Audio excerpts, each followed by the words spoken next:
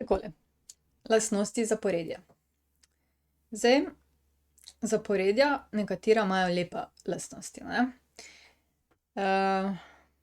No, vsa so lepa, ne, ne smem zdaj biti pristranska, ampak nekatera so še pa prav posebej lepa.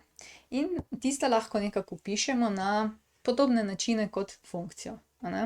Ker to zaporedje v bistvu je funkcija, samo malo manjka vmes, a ne, ker je samo iz naravnih števil v realne. No, in zdaj, če pogledamo takole. Recimo, da začnemo 2, pa pol gremo za eno dol, 1, pa še za eno dol, 0, pa še za eno dol, -1, pa tako naprej, ne.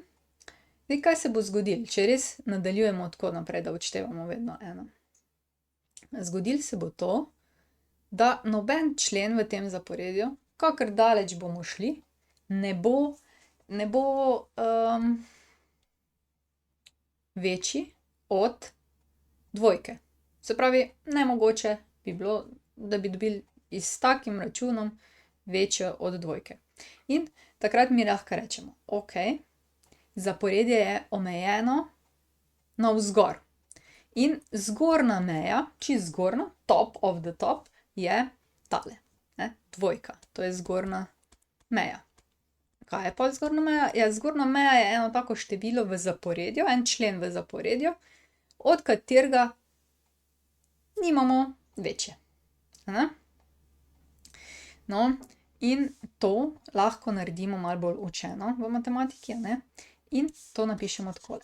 Rečemo, zaporedje je omejeno navzgor, če obstaja takšno število m, to je tista naša 2, imenujemo ga zgornja meja, zato je tudi velik M, zgornja meja zaporedja, da za vsak n iz naravnih števil velja, da je a n manjše, no, lahko je pa tudi enako temu m-ju. Kaj zdaj to pomeni? Kaj je tu noter skrito? A n. To pomeni, ne, splošni člen je vedno manjši oziroma vsak izmed členov, ki bi ga izračunali, a1, a5, a milijon, vsi bojo manjši od te zgornje meje, ne. In to pomeni, da je potem to zaporedje omejeno navzgor, ne. To so vsi členi so tu noter zajeti. Vsi členi. Tako, ne. Okej. To je, se pravi, zaporedje je omejeno navzgor, če obstaja pač tako število. Okej, no, podobno, ne, čisto podobno je pa tako. Recimo, da bi rekli 2, 4, 6, 8, ne, razumete, kam grem, vedno višje, ne. Kaj se zgodi s to 2 zdaj? Najmanjša je. Noben člen ne bo manjši od te. Se pravi, ta 2 je nekje na dnu, spodnja meja. In tako zaporedje nikoli ne bo šlo dol, zato je omejeno navzdol. In to z nekimi lepimi fancy matematičnimi besedami rečemo tako. Zaporedje je omejeno navzdol, če obstaja takšno število m, ste videli, zdaj pa mali m, a ne, zato ker je najmanjši, ne. Imenujemo ga spodnja meja zaporedja, da za vsak n je element naravnih števil, velja a n je večje ali enako tej meji. Se pravi, vsi členi zaporedja so večji. To pomeni, ne, ta zapis pomeni, vsi členi, ne.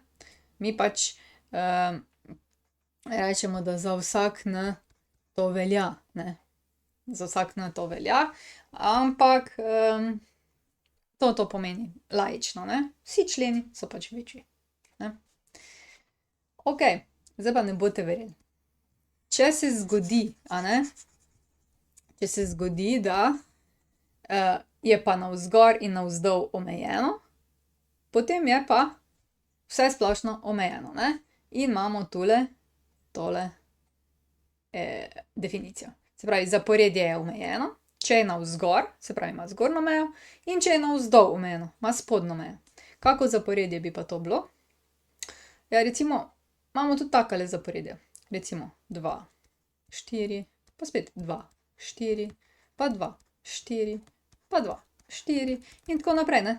Spodnja meja bo 2, zgornja bo 4 in zaporedje je omejeno, ne. Saj so še tudi bolj zanimiva zaporedja, ne.